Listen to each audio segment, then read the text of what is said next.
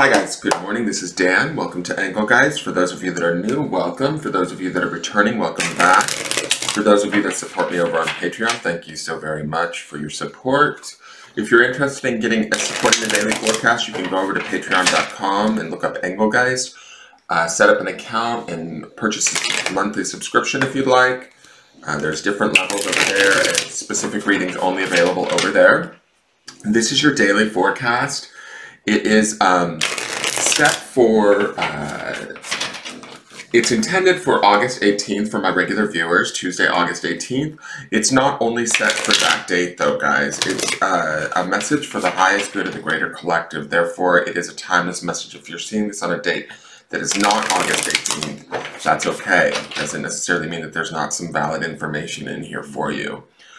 So utilize it however you see fit, take what you need and leave the rest. If you want to support me in other ways, you can always go and follow me on Instagram at Engelgeist333. You can like my business page on Facebook, follow there, share out the videos, comment on them, ask questions, just hit the thumbs up, that also helps too. Alright, so let's get into this and see what we've got going on. We had that beautiful reading of the High Priestess and High Priest yesterday, which I thought was kind of interesting. They sort of were coming together to kind of lead us through the day, and they had that creation stone. It's really sort of powerful. They're all definitely interconnected. So let's see what's going on here. We should still kind of be in that Four of Pentacles energy, maybe transferring over into that Knight of Wands energy that we saw at the beginning of the week on Sunday. So we might be going from, you know, being grounded in sort of, I don't know, decision-making kind of thing, evaluation, into actual action at this point in time. So keeping that in mind, because that Knight of Wands would be sort of about where would we take action. That will be the underpinning energy, shifting from maybe sitting still and assessing to moving forward with purpose or taking action. So let's see what the cards are for today. Oh, hi, Death card. Okay. So, to me, Death is usually the card that people want to fear or freak out about. I don't necessarily see it that way. To me, death is like a rebirth or a transformation that takes place. And the way that MJ's done this card, I feel like it's really beautiful because we do have this crow here, right? That's sort of signifying the death or the passing of the crow or the experience that we might be in. But then we also have the crow, maybe this is the crow's spirit or the crow sort of rising up and being free from the limitations of whatever the experience was that we were in, right? Death can oftentimes mean like the closing of one door and the opening of another. The shifting of perspective, the changing of kind of our desires, our drives, which direction we thought we were headed in, that may have taken a turn. I don't necessarily think that it's a negative card. I don't get that feeling. I actually get a sense of freedom. Like what's really pulling my attention as I look at this card is the crow that's sort of got its wings spread and flying upward. To me, this feels similar to that. I want to say, was it the Ace of Swords last week that had sort of a very similar crow in it?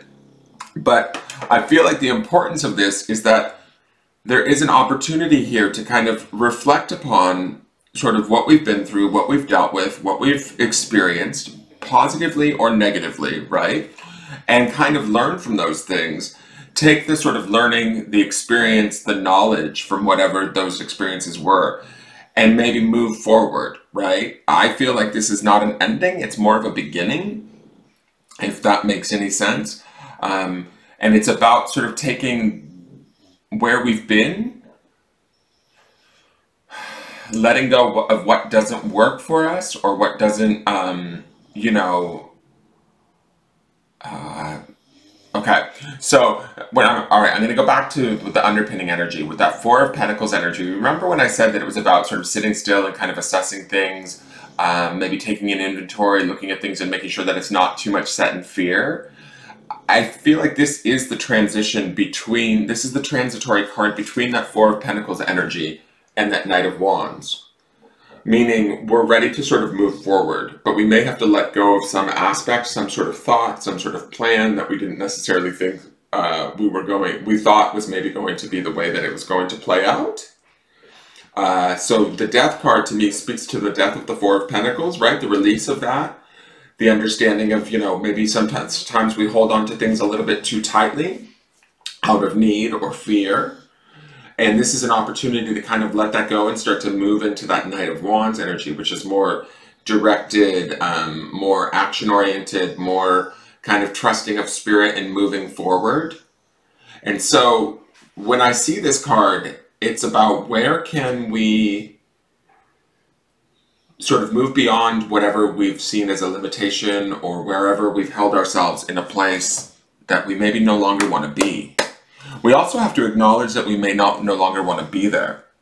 That's sort of the action of the death card too, is that we have to kind of stare at like right in the eye and accept it as it is. That's sort of the bird that's laying there on its back to me. Is it's sort of like we give up the fight, but we're not like being, what's the word? We're not failing, we're not quitting.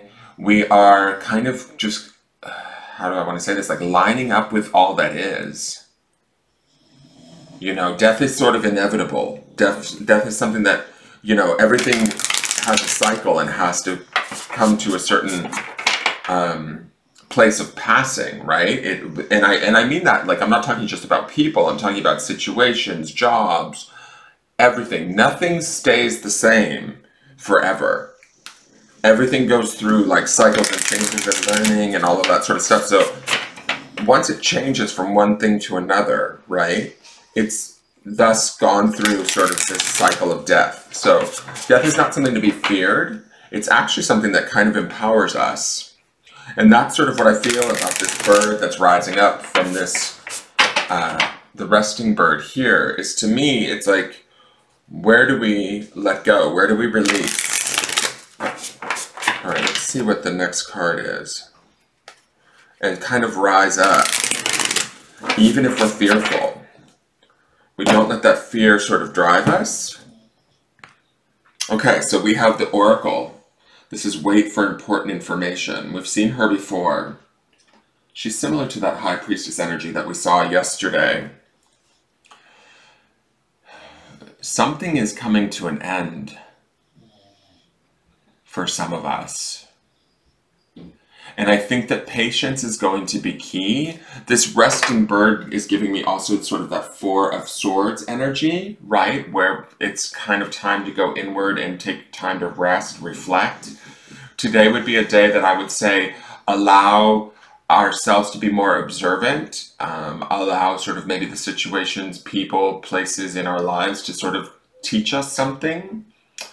Be willing to kind of let go of whatever it is that we don't necessarily need or that no longer serves us. Ease into that transformation and allow the information to come. Ask for help from our own higher self or from our own spirit guides for any information that needs to be made clear to us, to please do so at this time. And I feel like that's kind of this oracle too. She sort of waits patiently and she waits for the signs and symbols to come to her, and they will come. We just have to have faith and trust in that. Let's look for the grounding stone. And the grounding stone is on malachite. It's a green stone that's associated with the fourth chakra, the heart chakra, and this is energy. When I look at this death stone and then I look at this green stone of energy, it makes me feel like there's the green stone to me is almost that energy of love in the heart. And so as we let things go, or as we allow things to sort of come to endings, if we're gracious about these endings, we gather the information that we need, that we see in the oracle card. We sort of open up new beginnings with this energy of love, right? This idea of kind of looking at, maybe some of the things that we need to have die, or some of the energies or the perceptions that we carry with ourselves that we need to kind of become aware of. That's kind of maybe the information that the oracle might be waiting for. Is there a belief that we carry or that we live by that we're unaware of? Because that creates a sort of a vibration, or we emit a sort of a belief out into the world, and then we receive that back and we don't understand why we keep receiving that. Does that make sense? So maybe we need to let that belief die off. We need to become aware of it, right? And then we need to shift that energy and bring it to a more love-centered place. That's the green malachite of this stone. We're trying to create here. That was yesterday's stone, and this idea of promise, right? Which is a commitment to the self, but also the idea of opportunity or abundance. So if we're trying to create that, we need to become aware that we sort of deserve that, and maybe we need to understand exactly how we deserve it. That's this information that Oracle may be waiting for. But we have to go through the transformation of letting go of the preconceived notions, ideas, or limitations that we've previously placed on ourselves, assuming that we either deserve them or, you know, to me this is almost like taking responsibility for how we receive our life, how we experience our life. On some level, we need to become conscious and aware that we are in agreement to it, we're in alignment with it, that's why it's happening in the way that it's unfolding. Does that make sense? Let's look at the cards, and I'll read them to you really quick from the books. Let me see here. Death. The crow has let go and made peace with the change that must take place for her life to move forward in a positive direction. Her death is symbolic of transformation and comes with a warning that unless you are willing to allow that the part of you to die that is holding you back, the pain or discomfort you feel in the future will be genuine. This card marks a profound change is coming, one that has the possibility of creating a positive outcome. That is, of course, if you can allow the change to happen without fear of the unknown. So again, this is also that trust of sort of the high priestess that we saw yesterday too. There's this idea of sort of like leaning into our higher selves and allowing our higher selves to be the guide. So let's go to Oracle. I think she should be in this group, but here we are. So wait for important information. Be open to and receptive to information. Gather facts so that you can make a decision that is in line with your integrity. The Oracle is a truth speaker and insight bringer of this deck.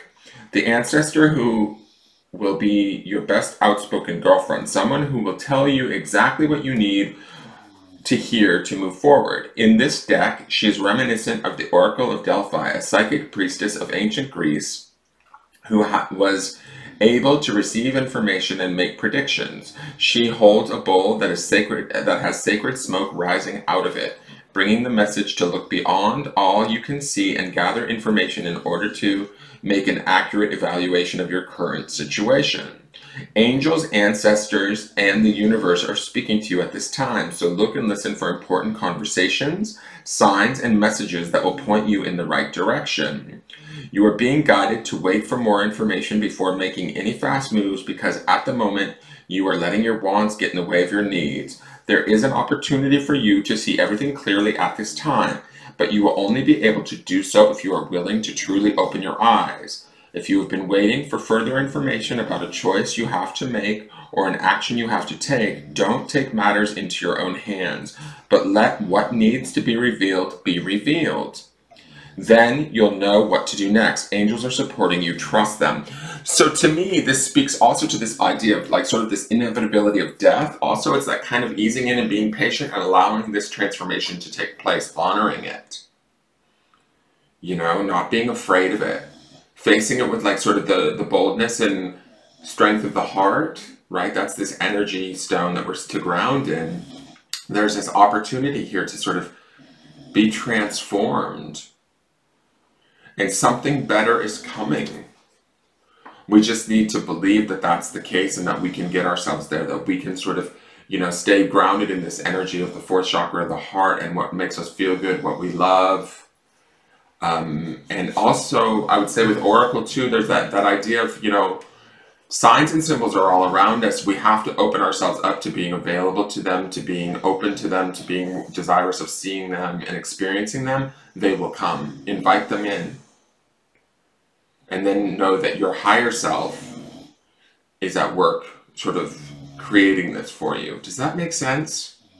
I hope that makes sense, guys. That is your forecast for the day. Thank you so much for tuning in. Please give me a like, share, a comment, a subscribe, and I look forward to seeing you guys tomorrow. Again, these are powerful reads, so utilize them to the best of your ability. I love you all. Take care. Bye-bye.